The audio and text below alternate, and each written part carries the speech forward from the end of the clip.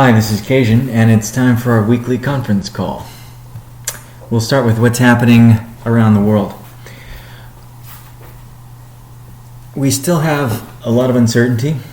This relates to the virus, it relates to geopolitical events, and the Dow is trading in the range of about 27.5 right now. The IPO market is hot, and the DeFi market is still hot. And as I just mentioned, everyone is keeping an eye on how U.S. elections are going to be affecting the market in the next few weeks. And as we know, there is a strong correlation to the crypto markets. But before we get into that, on the industry side, GPT-3 or GPT-3 is operating on images. And that's not a first, but it represents significant progress in the field of AI and machine learning. If you've got a natural language processing, natural language understanding, and natural language generation system generating images, not just language. And even more importantly, the next big breakthrough in AI will be in language. And this is from the Harvard Business Review. And the MIT Press also had something related in terms of how language language modeling and benchmarking of language models is not being focused on the right things today. And that connects to breakthroughs. So if everyone's pointed in the wrong direction, then there is going to be a handful of companies pointed in the right direction making breakthroughs. On the crypto side, we've got BTC trading in the range of around 10.5, 10.8. And we've got the standard hype cycles. They're almost happening on a weekly basis at this point in crypto. We don't pay attention to those. Otherwise, it's steady as she goes for us. On the corporate side, we have issued a PR, and the purpose of this press release was to communicate official updates to the public. We've also made a change to the site. We've made a modification to our mission statement, so you might want to take a look at that. And the COVID-19 link on our nav bar, that's been changed to biosciences to communicate our broadened focus, not just on infectious diseases, but all of life sciences, in this case, biosciences. On the engineering side, we have a strong focus on the DTK and the DDK. That is the Dataset Toolkit and the Dataset Development Kit, primarily for CERN. This week we're going to be focused on deliverables for CERN, and this would include natural language understanding datasets attached to current datasets they have, and the generation of clusters and visualizations for the purpose of establishing known and potentially unknown relationships, hidden relationships between particles. So it's exciting work for everyone, and it's also an exciting showcase for what our company can do in the area of AI and machine learning, datasets, discovery, hypothesis generation. And the DTK and the DDK, the DTK and the DDK, we also have a strong focus on those. They relate to a couple of customer deliveries at this point. And these deliverables are not wrapped up yet. So we want to make sure that we put a bow on those and attain complete customer satisfaction. We can then issue press related to the DTK, the Dataset Development Kit, and the Dataset Toolkit. On the customers, partners, and collaborators side, at this point, there are just too many to list. We're not going to go over all of them, so we'll talk about latest happenings. We are talking with Lambda Labs, and they are a Snowflake competitor. So another cloud provider that wants to compete based on data sets. we'll be working with them. We'll have updates as time goes on. We also talked with S&P Global, and we talked with other groups inside S&P Global to determine what we can do related to 2 tracks that we have with them. The first track would be understanding all the data sources they have and establishing a menu, a customized menu for our company that we can then present to other customers, where they can choose data sources, where S&P Global and VectorsSpace do a revenue share on each data source, as we charge 99 cents per data source, per data set, per update.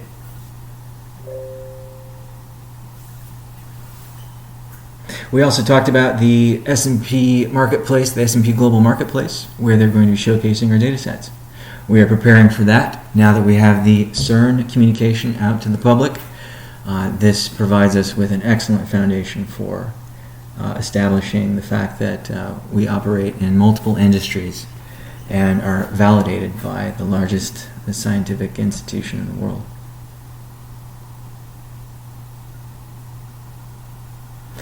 We've had new customer sign-ups. We've also had new partner targets arise. First, though, the partner targets. There's an app called Borsa. It was showcased on CNBC, and it's labeled as the Spotify for earnings calls. You can find any earnings call you want. So for our traditional market players, that would be interesting, and it would also be an interesting deal for this company. So we'll be reaching out to them. And we'll also be reaching out to one of our old Robinhood contacts. We were in contact with the chief operating officer there at one point. He's no longer with the company, so we'll see how far we get there. And then, of course, we just went over what we're going to be doing with CERN. We've got some architectural diagrams that we're working on for our own internal engineering team for the CERN deliverables.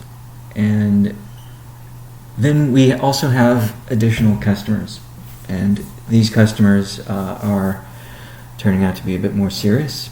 They are larger customers on the institutional side, and this is when things change. This is when our order book changes in terms of the bid side and the ask side, and in terms of trading in size, larger lots.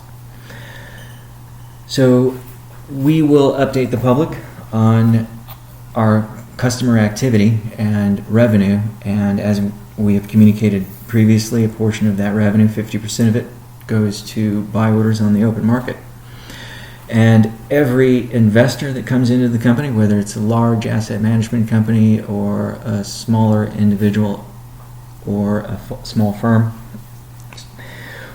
we are going to be working with them on a case-by-case basis, and that means that we are going to negotiate the amount that they pay, the minimum amount per month that they pay for data sets, in addition to the fact that at least 2 of them this week have mentioned that they might be interested in being primarily an investor in the company. And we are raising a small round, $2.5 million, and they want to complete that round. We also have another group that wants to complete the round. It looks like we're going to go with the investor that is not only going to be the investor but also the customer. So I did want to mention or reiterate that every investor doubles as our customer.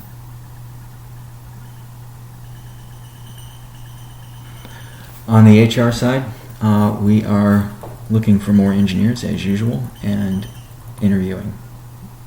In fact, we've got an interview tomorrow for one.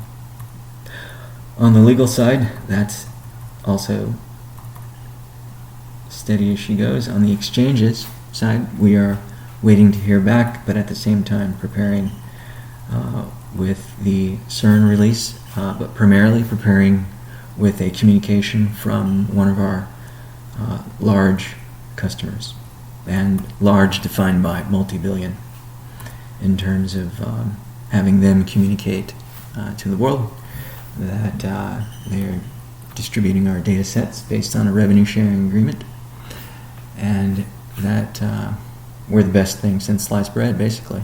And how can an exchange turn us down when we want to be listed freely? On the IR, PR, and Marcom side, we'll now have our customers involved with case studies, press releases, announcements from their side, not just our side. And we'll have announcements related to the dataset toolkit, which customers are using those, defined by their, or whether or not we can legally disclose, defined by their agreements. And of course the dataset development kit. And other than that, we are going to hold off on any PR. That's actually quite a bit there. Any one of our partners can, or customers here, can go ahead and give us a date on when they're going to release an announcement from their side. We don't have that date yet, but we do anticipate getting it real soon here. You know, we could say another couple of weeks, we could say a week, we could say 3 weeks. We know, though, that inside of 3 weeks, something will be announced by one of our larger customers. And in this case, it's a customer/partner where a revenue sharing agreement is involved. But we have lots of irons in the fire, and we just keep adding them, or they keep adding themselves at this point. Next, we have questions from the trader base. The first question is, what can you tell us about quantum ML?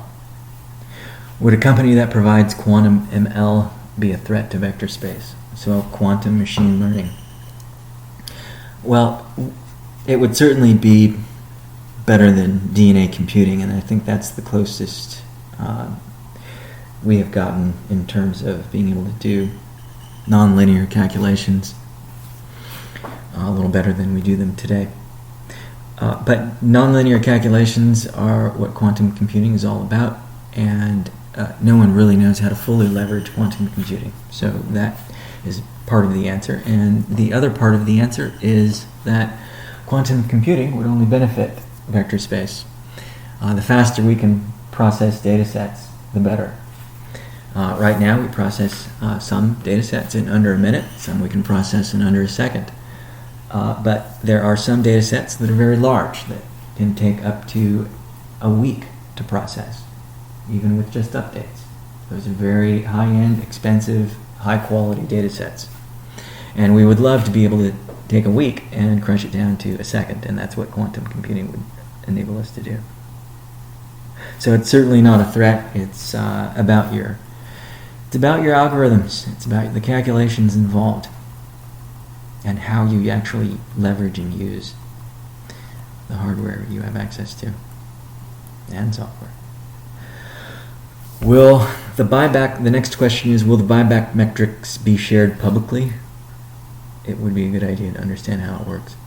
Yes, they will be shared publicly. The name of the customer, in most cases, will not be shared, as most customers today are in the financial markets and black boxed and require confidentiality for obvious reasons.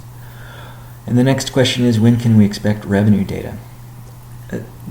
That would be on par with companies that we imitate best of breed from, and these companies report quarterly. However, you will find it's very easy to do a search on this. If you do a search on revenue guidance and quarterly earnings, quarterly reports, 2020, most companies have, and most institutions and analysts that monitor these public companies have essentially written off 2020 and have not provided any earnings guidance for obvious reasons. So that's something that everybody needs to pay attention to. The crypto markets are not separate in this way. They are affected by global events and economies.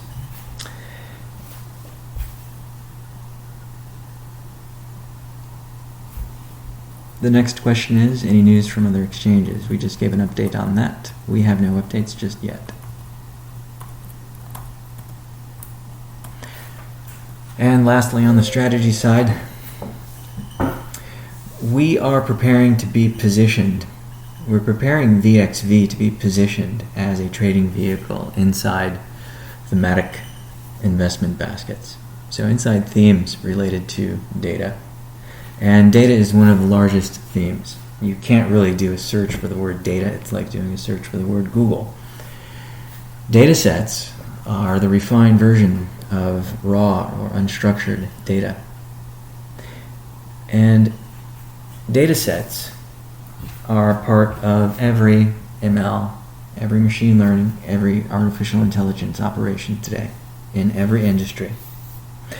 That means that if themes are created related to data sets, machine learning, predictions, predictive analytics, business intelligence, visualization, data interpretation, hypothesis generation, discovery, scientific discoveries of all kinds, data sets are involved, and VectorSpace will be there as part of that basket. That's how this company is designed, and it's also designed to produce and monitor baskets like these. So we're in a pretty unique position, and we're going to leverage our unique position. And that would include adding additional institutional customers. And some of these institutional customers are going to be investors with requirements, having their models requiring them to take positions in quality artificial intelligence and machine learning cryptos. And we are at the top of their list. And we know that because we have been communicated to by a few different groups that have been looking for artificial intelligence and machine learning and data-oriented cryptos. Truly data-oriented cryptos and truly artificial intelligence-oriented. And they are hard to find. So that's why, if it's a requirement to diversify into crypto and to diversify into sectors of crypto, within the artificial intelligence sector, we aim to be the leader. One of our primary goals, of course, is to make it comfortable for traditional market traders, the millions of them, trading all kinds of popular trading vehicles, to, of course, trade VXV. We want them to feel comfortable that VectorSpace is a company partnered with a company that they happen to be trading right now. For example, Tesla. Tesla is a company that just recently announced they're going to get into the GPU game. They're going to offer compute as a service, similar to Amazon or AWS, similar to Google Cloud, similar to Azure, similar to Snowflake. And this means that they're going to need to compete with the likes of Amazon and Google and Microsoft. And they're going to have to compete the same way they do, and that's based on data sets. So we anticipate doing a data set distribution deal with Tesla. We've reached out to them, and we're waiting to hear back. And we will keep people updated on that. We'll keep the public updated, and we will add companies like that to our list of companies that we enable in terms of data sets. We enable to compete and power not just their own internal AI operations and machine learning operations, but those of their customers.